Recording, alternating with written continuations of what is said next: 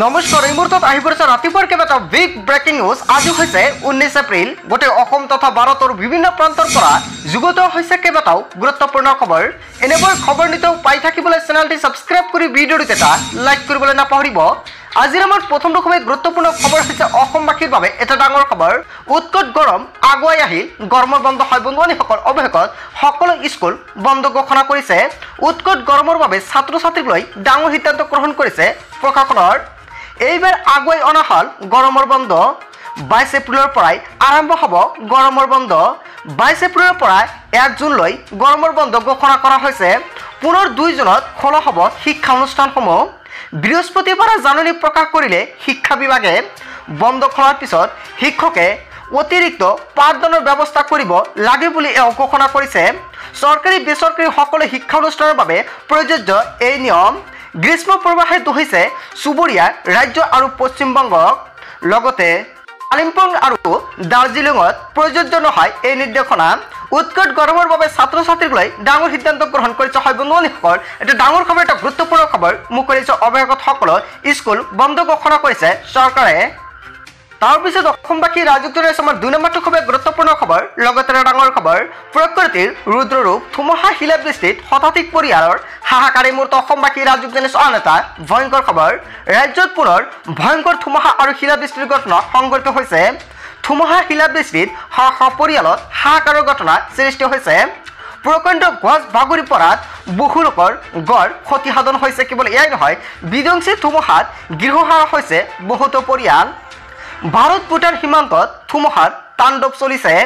লগতে দক্ষিণ কালিখোৱাত শুই থকা অৱস্থাত গড়ৰ ওপৰত বাগৰি পৰিল নাৰিকল গছ আৰু কটমপি প্ৰাণ ৰক্ষা এটা পৰিয়ালৰ 3গৰাকীকৈ ব্যক্তিৰ। প্ৰচণ্ড শিলা বৰষুণত গড়ৰ 3 ফুটি বিস্তৰ ক্ষতিসাধন হৈছে। নিশা অহা কালৰূপী ধুমুহাত খেতি বাতি সা সম্পত্তি নষ্ট হৈছে। ভাৰত ভূটানৰ সীমান্তৰ কেইবাটাও অঞ্চলত বিচ্ছিন্ন হৈছে বিদ্যুৎ সংযোগ। ডিমাকুছিৰ লগতে বগৰীতল আৰু সোণাজুলি আদি অঞ্চলত এতিয়াও নাই বিদ্যুৎ। ৰাজ্যত পুনৰ ভয়ংকৰ ধুমুহা শিলাবৃষ্টিৰ ঘটনা সংঘটিত হয় বন্ধুসকল। যদি আপোনাৰ অঞ্চলত এনেকুৱা ঘটনা সংঘটিত হৈছে তেনেক্ষেত্ৰত নিশ্চয় আপুনি কমেণ্ট কৰি জনাব। তাৰপিছত অসমবাসী ৰাজুক জনাইছে আমাৰ 3 নম্বৰটো খুবেই গুৰুত্বপূৰ্ণ খবৰ, লগতে ডাঙৰ খবৰ। কংগ্ৰেছত খহনীয়াৰ জোৱাৰ, বিজেপিলৈ সংখ্যালঘু লোক। এই মুহূৰ্তত অসমবাসী ৰাজুক জনাইছে আন এটা বিগ পলিটিকেল আপডেট। কংগ্ৰেছৰ পৰা বিজেপিলৈ সংখ্যালঘু লোক। বিশাল যোগদান সভাত বিজেপিলৈ শতাধিক সংখ্যালঘু লোক। 2 শতাধিক সংখ্যালঘু লোকৰ যোগদান বিজেপিত। চামগুৰি সমষ্টিত মাগুৰমাৰী বাটিয়াখালীত বিজেপিৰ বিশাল যোগদান সভা। বৰমপুৰৰ বিধায়ক জিতু গোস্বামীৰ উপস্থিতিতে বৃহৎ যোগদান কাৰ্যসূচী। চামগুৰি মণ্ডল সভাপতিৰ দাবী আগন্তুক 10 দিনৰ ভিতৰতে কংগ্ৰেছ শূন্য হৈ পৰিব বুলি মন্তব্য কৰিছে। প্ৰধানমন্ত্ৰী নৰেন্দ্ৰ মোদীৰ উন্নয়নৰ প্ৰতি আকৃষ্ট হৈ সংখ্যালঘু বিজেপিলৈ আহিছে। বিজেপি চৰকাৰৰ উন্নয়নৰ প্ৰতি আকৃষ্ট হৈ বিজেপিমুখী সংখ্যালঘু জনতা। সংখ্যালঘু ৰাইজে বিজেপিক ভোট দি সুৰেশ বৰাৰ জিকাব বুলি মন্তব্য কৰিছে এইবাৰ সুব্ৰত সিনহা। নগৰ লোকসভা বিজেপিৰ প্ৰাৰ্থী সুৰেশ বৰাৰ হৈ নিৰ্বাচনী প্ৰচাৰ জিতু গোস্বামীৰ। কংগ্ৰেছৰ পৰা বিজেপিলৈ সংখ্যালঘু বন্ধুসকল। এটা ডাঙৰ খবৰ, এটা গুৰুত্বপূৰ্ণ খবৰ মোক কৰিছে। ইয়াৰ বিষয়ত আপুনি কি ক'ব? তাৰপিছত অসমবাসী ৰাজুক জনাইছে আমাৰ 4 নম্বৰটো খুবেই গুৰুত্বপূৰ্ণ খবৰ, লগতে এটা ডাঙৰ খবৰ। ভাৰত ডুবিছে পাকিস্তান আফগানিস্তান, ভয়ংকৰ পৰিস্থিতি, শতাধিক লোকৰ কৰুণ মৃত্যু। এই মুহূৰ্তত অসমবাসী ৰাজুক জনাইছে এটা বিগ ব্ৰেকিং নিউজ। ভয়ংকৰ বানৰ কবলত পৰিছে পাকিস্তান আৰু আফগানিস্তান। 100ৰো অধিক লোকৰ কৰুণ মৃত্যু হৈছে, 60তকৈও অধিক আহত হৈছে। 2 দেশৰ বানত এইবাৰ সন্ধানহীন শতাধিক লোক আৰু হাহাকাৰ পৰিস্থিতিৰ সৃষ্টি হৈছে। 4 দিন ধৰি পাকিস্তানত অব্যাহত আছে মুগুলধাৰ বৰষুণ আৰু বজ্ৰপাত। পাকিস্তানত ভয়ংকৰ বান পৰিস্থিতিৰ ঘটনা সংঘটিত হৈছে। ধাৰাসাৰ বৰষুণ বজ্ৰপাত। আফগানিস্তানতো বানৰ ভয়ংকৰ পৰিস্থিতিৰ ঘটনা সংঘটিত হৈছে। দক্ষিণ পশ্চিম পাকিস্তানত প্ৰশাসনৰ জৰুৰীকালীন অৱস্থা ঘোষণা। ভয়ংকৰ বান পৰিস্থিতিত এতিয়ালৈকে প্ৰায় 2600টা ঘৰ ধ্বংস হৈছে। আফগানিস্তানৰ বিভিন্ন প্ৰান্তত ভয়ংকৰ ভূমিস্খলনৰ ঘটনা সংঘটিত হৈছে। আফগানিস্তানৰ 23খনকৈ চহৰত বানে লৈছে কাল ৰূপ। 600তকৈ অধিক পশুধনৰ মৃত্যুৰ খবৰ পোৱা গৈছে। ভয়ংকৰ বানৰ কবলত পৰিছে পাকিস্তান আৰু আফগানিস্তান হয় বন্ধুসকল। এটা ডাঙৰ খবৰ, এটা ভয়ংকৰ ঘটনা সংঘটিত হৈছে পাকিস্তান আৰু আফগানিস্তানত।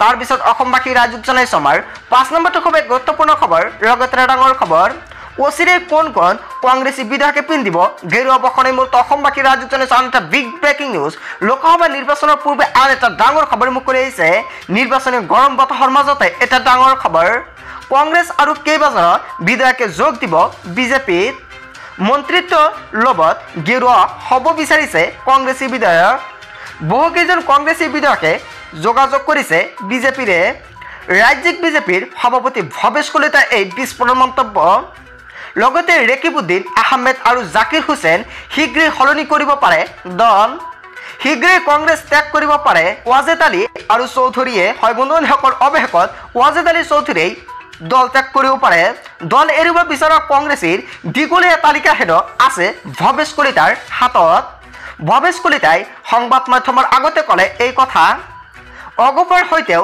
হেনো যোগাযোগ কৰিব পাৰে এই কেইটা দলে হয় বন্ধুসকল অৱশেষত অগপৰ সৈতেও যোগাযোগ কৰিছে বহু কংগ্ৰেছী বিধায়কে যাৰ বাবে অগপলৈ ঠেলি দিয়া হৈছে নতুনকৈ যোগ দিব বিচৰাসকলক নিৰ্বাচনী গৰম বতাহৰ মাজতে এটা ডাঙৰ খবৰ হয় বন্ধুসকল এটা ডাঙৰ খবৰ এটা গুৰুত্বপূৰ্ণ খবৰ মোক কৰিছে ইয়াৰ বিষয়ত আপুনি কি ক'ব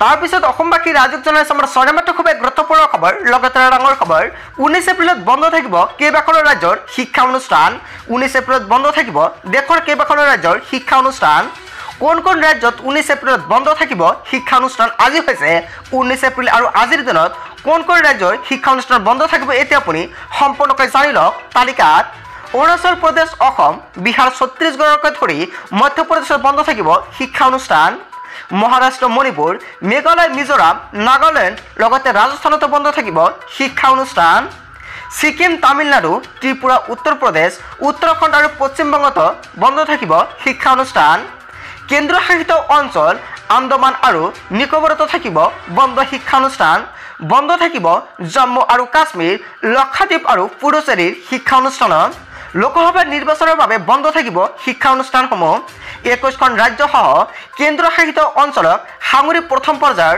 নিৰ্বাচন দেশৰ 102টাকৈ সমষ্টিত অনুষ্ঠিত হ'ব প্ৰথম পৰ্যায়ৰ নিৰ্বাচন ভোট গ্ৰহণৰ দিনটোত শিক্ষাৰ্থীৰ সুৰক্ষাৰ্থে লোৱা হৈছে এই সিদ্ধান্ত নিৰ্বাচনী প্ৰক্ৰিয়াৰ সুপৰিচালনাৰ বাবে ৰাজ্যসমূহলৈ এই নিৰ্দেশনা জাৰি কৰা হৈছে 19 এপ্ৰিলত বন্ধ থাকিব ৰাজ্যৰ কেইবাখনো শিক্ষা অনুষ্ঠান হয় বন্ধুসকল এটা ডাঙৰ খবৰ এটা গুৰুত্বপূৰ্ণ খবৰ মুকলি হৈছে ইয়াৰ বিষয়ত আপুনি কি ক'ব লগতে কেইবাটা গুৰুত্বপূৰ্ণ মন্তব্য মুকলি হৈছে অতি শীঘ্ৰে নতুনকৈ আৰম্ভ হ'বলৈ গৈ আছে অৰুণোদয় 3.0 আঁচনি আপুনি কেনেকুৱাকৈ অৰুণোদয় 3.0 আঁচনিটো আবেদন কৰিব লগতে আপোনাৰ কি নথিপত্ৰ লাগিব নিশ্চয় আন এটা ভিডিঅ' আহিছে সেইখন ভিডিঅ' আপোনালোকে পাবলৈ হ'লে নিশ্চয় চেনেলটি ছাবস্ক্ৰাইব কৰি ৰাখিব চ' বন্ধুসকল আজিৰ ভিডিঅ'খনত অসমৰ লগতে ভাৰতৰ বিভিন্ন প্ৰান্তৰ পৰা এইখিনি সৰু কেইটামান গুৰুত্বপূৰ্ণ খবৰ যুগুত হৈছিলে ভিডিঅ'টি ভাল লাগিলে লাইক কমেন্ট শেয়াৰ কৰিব আৰু যদি এতিয়ালৈকে চেনেলটি ছাবস্ক্ৰাইব কৰা নাই তেন্তে এনেকুৱাকৈ নতুন নতুন ইনফৰ্মেটিভ তথা হেল্পফুল ভিডিঅ' পাবলৈ হ'লে চেনেলটি ছাবস্ক্ৰাইব কৰিবলৈ নাপাহৰিব চ' থেংক ইউ ফৰ ৱাচিং ফুল ভিডিঅ'